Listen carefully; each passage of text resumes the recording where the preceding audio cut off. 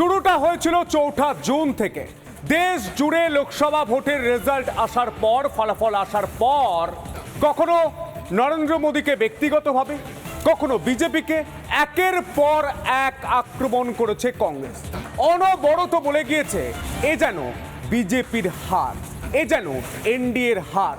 আর তারই উত্তর দিলেন আজ জবাবি ভাষণে ৪ঠা জুনের পর ২রা জুলাই সংসদে দাঁড়িয়ে প্রধানমন্ত্রী নরেন্দ্র মোদী মনে করিয়ে দিলেন ৫৪৩টি আসনের মধ্যে ৯৯ পেয়ে পাস করা যায় না। ৩বার ১০০ টপকাতে পারেনি কংগ্রেস। মনে করিয়ে দিলেন ৩বার ১০০ টপকাতে পারেনি কংগ্রেস। ১৯৮৪ সালের পর ১০ বার, ১৯৮৪ পর ১০ বার এই কংগ্রেস পার করতে পারেনি ২৫০-র বেশি আসন। সেই জায়গায় দাঁড়িয়ে বারবার নরেন্দ্র মোদী মনে করিয়ে দিলেন যে এই জায়গায় কংগ্রেস দাঁড়িয়ে রয়েছে, আর যে জায়গায় কংগ্রেস দাঁড়িয়ে রয়েছে সেই জায়গায় দাঁড়িয়ে বিজেপিকে আক্রমণ করা এ যেন বালকের কাজ, এমনটাই মনে করিয়ে দিলেন। এবং আজ বাংলার প্রাইম টাইমে আপনাদের দেখাবো রাহুল গান্ধীর সেই মন্তব্যের প্রেক্ষিতে প্রধানমন্ত্রীর জবাব, যেখানে বালক বুদ্ধি রাহুলের একের পর এক জবাব দিলেন প্রধানমন্ত্রী নরেন্দ্র মোদী। আমি সন্তু রয়েছে আপনাদের সঙ্গে, আর আমার সঙ্গে রয়েছে সৃজিতা। আজ লোকসভায় জবাবি ভাষণ ছিল প্রধানমন্ত্রী নরেন্দ্র মোদীর। স্বাধীনতার পর দ্বিতীয়বার কোনো জোট হিসেবে তৃতীয়বারের জন্য ক্ষমতায় এনডিএ। যেমন তেমন কথা তো নয়, দায়িত্ব অনেক বেশি। আর দায়িত্ব জ্ঞানহীনদের তাদের প্রকৃত অবস্থান বুঝিয়ে দেওয়াটাও জরুরি বলেই মনে করেছেন প্রধানমন্ত্রী নরেন্দ্র মোদী। তাই এবার নিজের ঢাক পেটানো কংগ্রেসকে অল আউট আক্রমণ নমন। ছাড় পেলেন না কংগ্রেস নেতা, কংগ্রেসের বিরোধী দলের নেতা রাহুল গান্ধীও। বিরোধী দলনেতা তিনি। তার বালখিল্য আচরণ, মোদীর মতে তার বালখিল্য আচরণেই প্রশ্ন তুলেছেন প্রধানমন্ত্রী নরেন্দ্র মোদী। তার বক্তব্যকে, বিরোধী দলনেতা হিসেবে তার অবস্থানকে বালক বুদ্ধি বলে আখ্যায়িত করেছেন প্রধানমন্ত্রী নরেন্দ্র মোদী। রাহুল সাংসদ তো অনেকবার হয়েছেন, ২০০৪ সাল থেকে তিনি সাংসদ হয়েছেন, বারবার প্রতিনিধিত্ব করেছেন কোনো না কোনো লোকসভা কেন্দ্রের। আমেঠি থেকে প্রতিনিধিত্ব করেছেন, সম্প্রতি তিনি রায়বেরেলি থেকে প্রতিনিধিত্ব করছেন, বারবার করেছেন। কিন্তু বিরোধী দলনেতার পদে কংগ্রেসের একেবারে আলালের ঘরের দুলাল, যাকে সুন্দর করে বসিয়ে দেওয়া হয়েছে বিরোধী দলনেতা হিসেবে, তিনি যখন মুখ খুলছেন, তিনি যখন বক্তব্য পেশ করছেন, তার ঠিক কি কি বক্তব্য পেশ করা উচিত, সংসদে দাঁড়িয়ে সংসদীয় রীতিনীতি মেনে তার রাজনৈতিক অবস্থান, বা তারা যে একটি জোট তৈরি করেছে মিলিঝুলি, সেই জোটের যে রাজনৈতিক অবস্থান, যেভাবে তার বক্তব্য রাখা উচিত, বা নিদেন পক্ষে যে বিষয়গুলোকে সামনে রেখে তারা লাগাতার লড়াই করে গিয়েছেন, সেই বিষয়গুলোকে সামনে রেখে আলোচনা করার কথা ছিল, প্রশ্ন তোলার কথা ছিল রাহুল গান্ধীর। সেই সুযোগ তিনি পেয়েছেন, কিন্তু সেই সুযোগের একই ব্যবহার, তাকেই বালক বুদ্ধি আখ্যা প্রধানমন্ত্রী নরেন্দ্র মোদী। ৪ঠা জুনের পর এমন হাবভাব করেছে কংগ্রেস, যেন কংগ্রেস জিতে গিয়েছে, বিজেপি হেরে গিয়েছে। কংগ্রেসকে আজ জবাবি ভাষণে প্রধানমন্ত্রী নরেন্দ্র মোদী বুঝিয়ে দিয়েছেন যে কত ধানে কত চাল, কত আসনে কত সম্মান। আজ ধারে ভারে মনে করিয়ে দিয়েছে কংগ্রেসকে, কংগ্রেস শরিকদের কাঁধে ভর করে চলা একটা পরজীবী দল। সেই জায়গায় দাঁড়িয়ে আমরা দেখব প্রধানমন্ত্রী নরেন্দ্র মোদী ঠিক কি বলেছেন। এই বালক বুদ্ধি রাহুলকে সরাসরি তীর দেগে, কংগ্রেসকে তীর দেগে কি বলেছেন প্রধানমন্ত্রী নরেন্দ্র মোদী, আমরা শুনবো। बालक बुद्धि में ना बोलने का ठिकाना होता है और न ही बालक बुद्धि में व्यवहार का कोई ठिकाना होता है। और जब ये बालक बुद्धि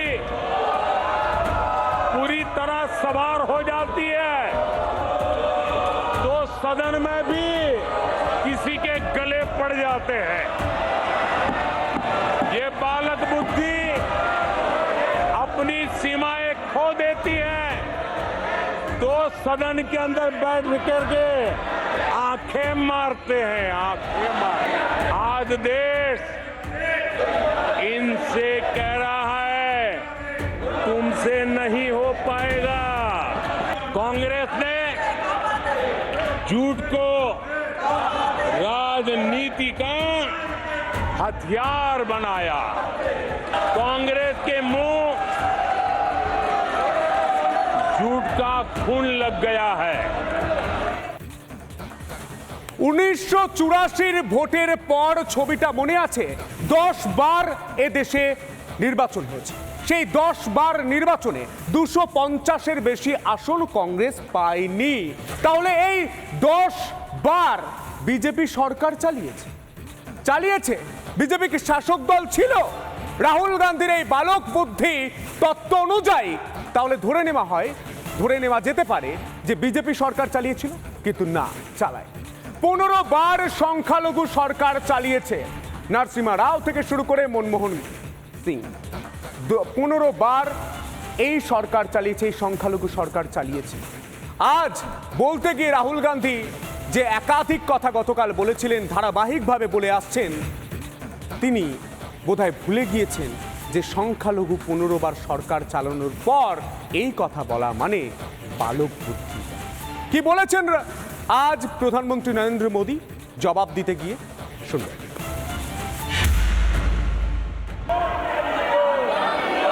1984 उस चुनाव को याद कीजिए। उसके बाद इस देश में 10 लोकसभा के चुनाव हुए। 10 लोकसभा के चुनाव होने के बावजूद भी कांग्रेस 250 के आंकड़े को छू नहीं पाई है। 1998 সালে অটল বিহারী বাজপেয়ী যখন সরকার গঠন করছে তখন কংগ্রেসের নাকি খুব খারাপ ফল হয়েছিল। কত ফল হয়েছিল? 114টি আসন পেয়েছিল কংগ্রেস। তখন থেকে এই দলের হাল ধরে সোনিয়া গান্ধী। আজ যখন তার ছেলে বিরোধী দলনেতা রাহুল গান্ধী বালক বুদ্ধির মতো কথা বলছেন, তখন কি সোনিয়া গান্ধী চুপি চুপি কানের কাছে গিয়ে একবারও বলেছেন যে এই 99 পাওয়া 2024-এর থেকে 1998-এর ফল আরো ভালো ছিল? অর্থাৎ 1998 যে ফল হয়েছিল তার থেকে খারাপ ফল করেছে এই কংগ্রেস, তা কি বলেছে আজ প্রধানমন্ত্রী নরেন্দ্র মোদী? তিনি কি বলেছেন শুনবেন। 24 के चुनाव में कांग्रेस के लिए भी इस देश की जनता ने जनादेश दिया है और इस देश की जनादेश है कि आप वहीं बैठिए,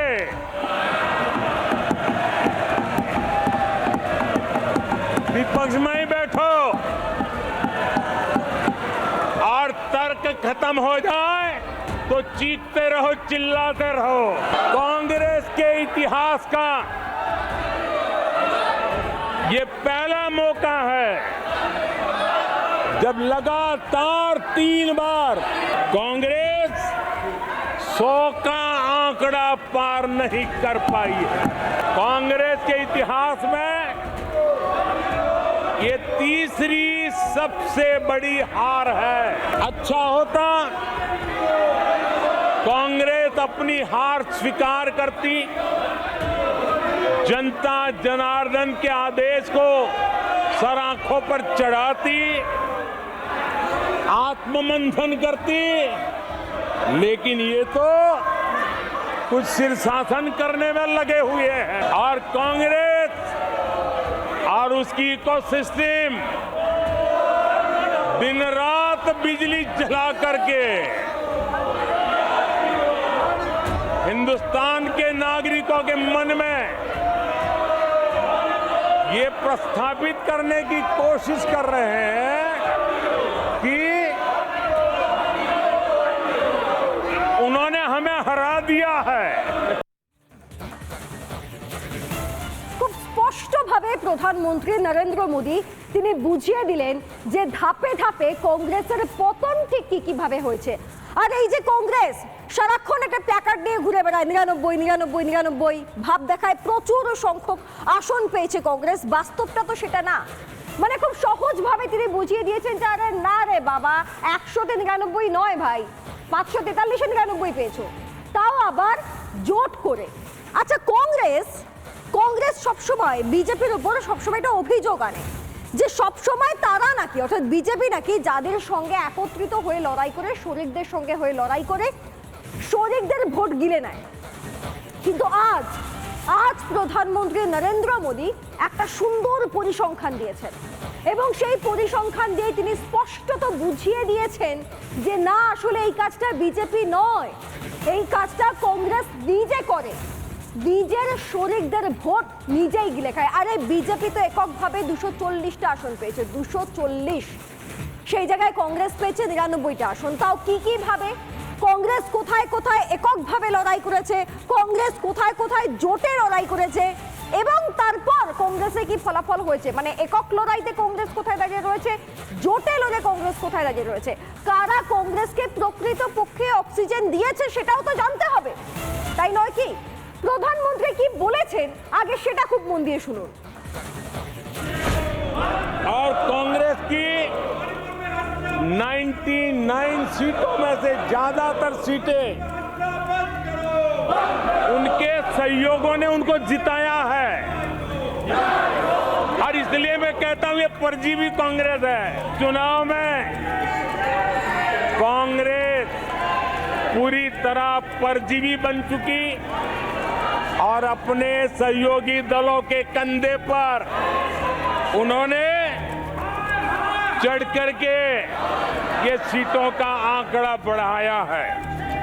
अगर कांग्रेस ने अपने सहयोगियों के जो वोट खाए हैं वो अगर न खाए होते तो लोकसभा में उनके लिए इतनी सीटें जीत पाना भी बहुत मुश्किल था। কংগ্রেসকে পরজীবী কেন বলছেন প্রধানমন্ত্রী নরেন্দ্র মোদী খুব ভালোভাবে বুঝতে হবে। পরজীবী কারা? অর্থাৎ পরজীবী গাছ একটি গাছের উপর সেই গাছটা নিজে জন্ম গ্রহণ করে এবং আস্তে আস্তে বৃদ্ধি করে, এবং যে গাছের উপর সে লালন পালন হচ্ছে সেই গাছটাই আস্তে আস্তে শেষ করে দেয়। আমরা এই ছবি গ্রাম বাংলায় প্রতিনিয়ত দেখে থাকি। কংগ্রেসও ঠিক একই স্টাইলে খেলেছে। কি খেলেছে?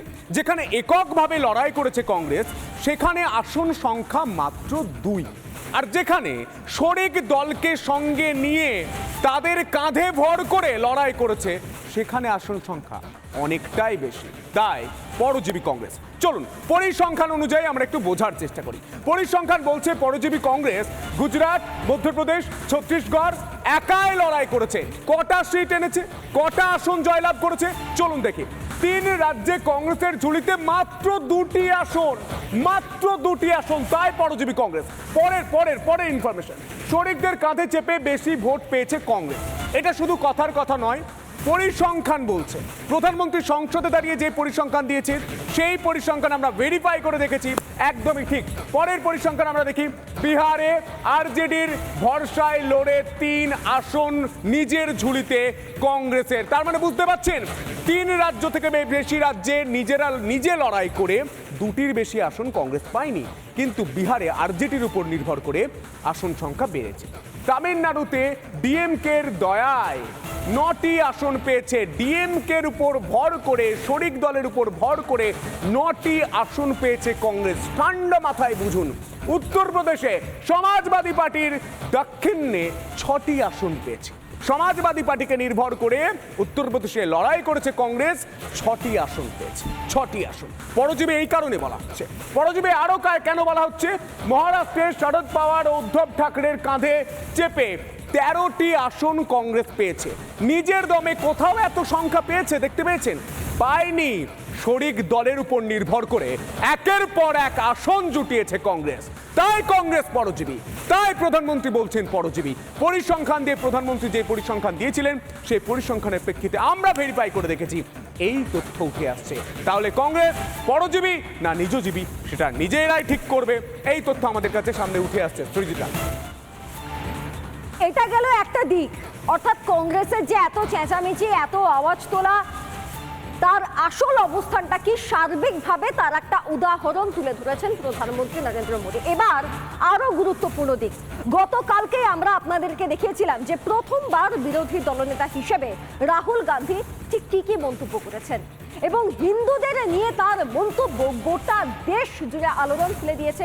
এমনকি সংসদীয় রীতিনীতি মেনেও তিনি তার বক্তব্য রাখছিলেন না। এখান থেকেই বোধহয় ওই বালখিল্যতার বিষয়টি সামনে এসেছে, বা বালখিল্যতার বিষয়টি প্রধানমন্ত্রী নরেন্দ্র মোদীর নজরে এসেছে। গতকালকে রাহুল গান্ধী কি বলেছিলেন, যে এই যে যারা নিজেদেরকে হিন্দু বলে, এই যে যারা নিজেদেরকে হিন্দু বলে, আরে এই দেশের 140 কোটি মানুষ তো তাই বলে বুক চাপড়ে, যেটা অমিত শাহ বলছিলেন, গর্বের সঙ্গে বলে।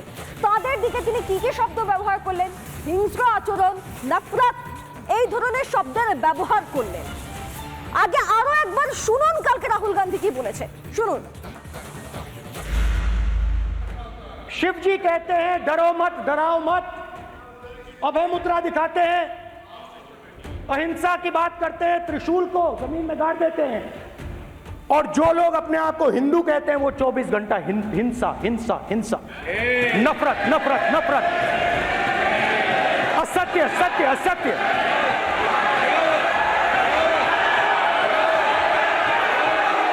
आप हिंदू हो ही नहीं। আপনি হিন্দুই নন, হিংসা ছড়ান, নফরত ছড়ান, অসত্য ছড়ান, এই ধরনের কথাই তো বলেছেন। নফরত মানে ঘৃণা ছড়ান। ঠিক তার পাল্টা দিয়েছেন প্রধানমন্ত্রী নরেন্দ্র মোদী, কি বলেছেন শুনুন।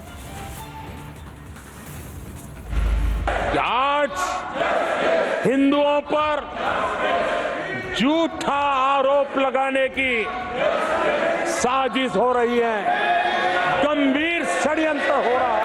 ये कहा गया हिंदू हिंसक होते हैं? ये है आपके संस्कार, ये है आपका चरित्र, ये है आपकी सोच, ये है आपकी नफरत इस देश के हिंदुओं के साथ। ये करने में ये देश शताब्दियों तक इसे भूलने वाला नहीं है।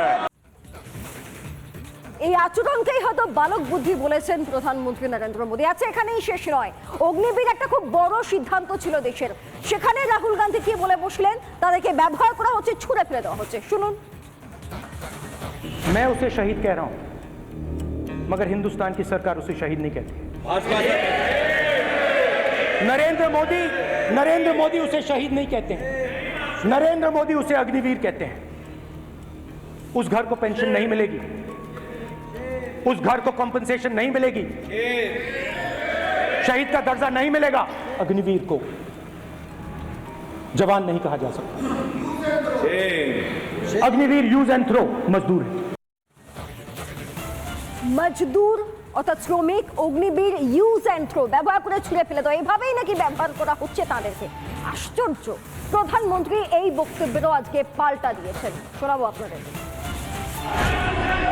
हौसला तो इतना बढ़ गया कि कल सदन को भी गुमराह करने का प्रयास हुआ। कल अग्निवीर को लेकर सदन में झूठ बोला गया। कल यहां भरपूर असत्य बोला गया कि एमएसपी नहीं दिया जा रहा। अध्यक्ष जी, संविधान की गरिमा से खिलवाड़ ये सदन का दुर्भाग्य है। রাহুল গান্ধীকে বাল্যবুদ্ধি কেন বলা হচ্ছে, তার আরো একটা ছবি, তার আরো একটা নিদর্শন আপনাদের দেখায়। চোখে চোখ রেখে কথা বলার চ্যালেঞ্জ দিচ্ছে কংগ্রেস, কারণ বাড়তি আসন পেয়েছে। সেই চ্যালেঞ্জ যদিও পুরনো, কিন্তু উত্তরটাও আপনাদের জানা। দেখুন বাল্যবুদ্ধি কেন কংগ্রেসকে বলা হচ্ছে, কেন রাহুলকে বলা হচ্ছে। দেখুন, यहां पूछा गया कि प्रधानमंत्री अपनी आंख में मेरी आंख भी नहीं डाल सकते। हम कौन होते हैं जो आपकी आंख में आंख डाल सके? कोई गरीब माँ का बेटा पिछड़ी जाति में पैदा हुआ, गांव से आया है। आप तो नामदार हैं, नामदार। हम तो कामदार हैं। आपकी आंख में आंख डालने की हिम्मत हमारी नहीं। इतिहास गवाह है, सुभाष चंद्र बोस ने कभी आंख में आंख डालने की कोशिश की, उनके साथ क्या किया। मोरारजी भाई देसाई गवाह है, जयप्रकाश नारायण गवाह है, चौधरी चरण सिंह, उन्होंने आंख में आंख डालने की कोशिश की, उनके साथ क्या किया। सरदार वल्लभ भाई पटेल ने आंख में आंख डालने की कोशिश की, उनके साथ क्या किया गया। आज टीवी पे पूरा देश देख रहा है कैसे आंख खोली जा रही है, कैसे बंद की जा रही है। এই জন্যই হয়তো বালক বুদ্ধি বলেছেন রাহুল গান্ধীকে দেশের প্রধানমন্ত্রী নরেন্দ্র মোদী। এটা একটা পুরনো উদাহরণও আপনাদেরকে দেখিয়ে দিলাম যে অর্থাৎ মানসিকতার পরিবর্তন হয়তো কোথাও গিয়ে হয়নি, কিন্তু সর্বশেষে একটাই কথা বলার, যে রুটি কাপড়া মাকান নিয়ে লড়াইটা শুরু করেছিলেন হয়তো সেই লড়াইয়ের উপরেই ভিত্তি করে আজকে সংসদে কিছুটা হলেও মুখ খোলার জায়গা পেয়েছেন রাহুল বাবুরা। অন্তত সেই লড়াইটাই জারি রাখুন না, ভুল পথে পরিচালিত না হয়, তাই নয় কি সন্তু? একদমই তাই। সেই লড়াইটা জারি থাকুক, বালক বুদ্ধি নয়। বালক বুদ্ধি গোটা দেশ চায় না। দেশ চায় শক্তিশালী নেতা, শক্তিশালী প্রধানমন্ত্রী আর শক্তিশালী রাজনীতি। আর সেই আশায় কাম্য করবো আমরা। আজ এখান থেকেই বাংলার প্রাইম টাইম শেষ করছি। আবারও আগামীকাল দেখা হচ্ছে ঠিক রাত 9টায়। দেখতে থাকুন রিপাবলিক বাংলা।